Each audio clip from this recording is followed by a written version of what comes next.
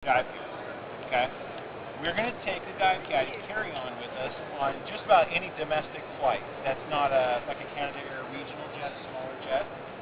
But in those, you don't really have to worry about checking it because you're standing right there when it goes under the plane, and you get it right back. So what we're going to do is I'm going to show you our domestic configuration here. So we're going to start off by imagining we're going through the process. We either checked our main suitcase at the front, and we're carrying this as a backpack into TSA now. Okay, we've done our ID check. Take it off and throw it up on the X-ray. Now, let's keep in mind, TSA doesn't care how many bags you've got. They don't care, really anything about that, how much it weighs.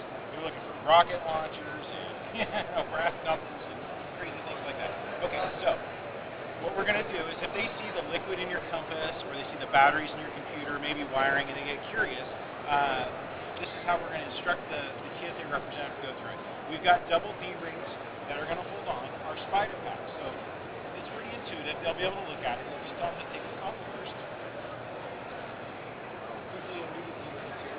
And we're going to lay over our spider pack. Now, the spider pack, again, is designed for domestic travel. And depending how you pack, I'll say that, depending on how you pack, you can get 2 to 3 days worth of warm weather clothes in here. Personally, I've got a pair of jeans in here, 2 or 3 pair of shorts, a bunch of t-shirts, socks, underwear. Put your bathroom stuff up here in the top for a couple different reasons. One, it's quickly accessible. 2, it's not going to get crushed when you start doing all the compression in the system. Okay, the next thing you're going to do is instruct them to pop these 2 buckles.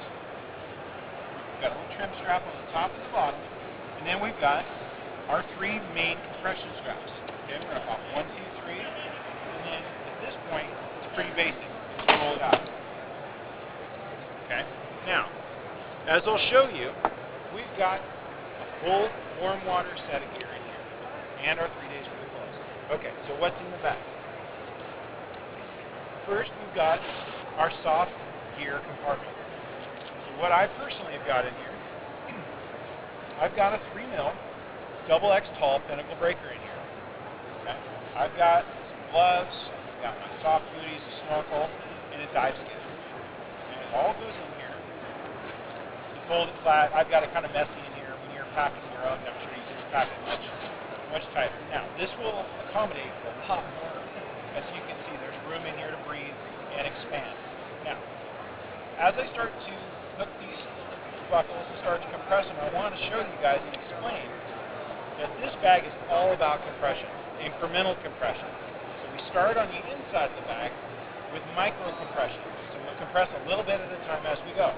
Then on the outside of the bag, remember those 3 big buckles? That's where we really get the force to suck it down.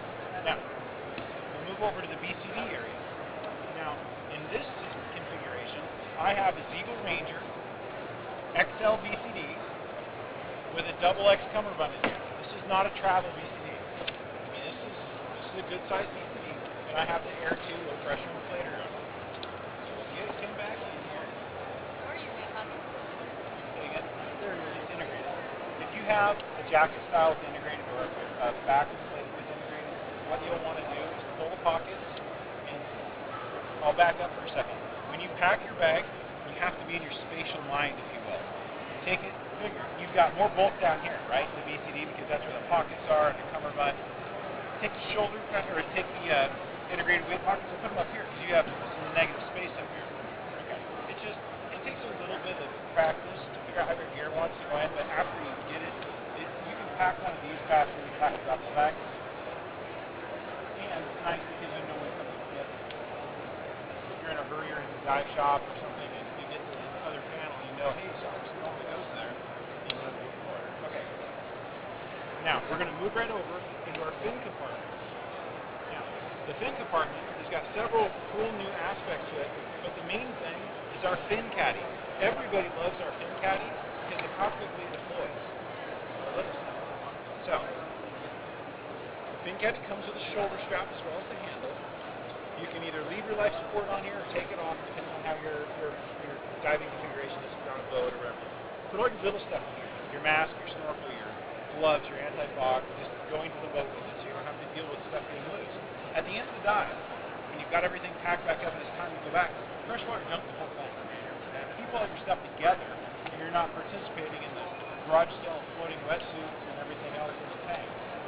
Now, if you have very long fins, we have allowed for super long fins because of our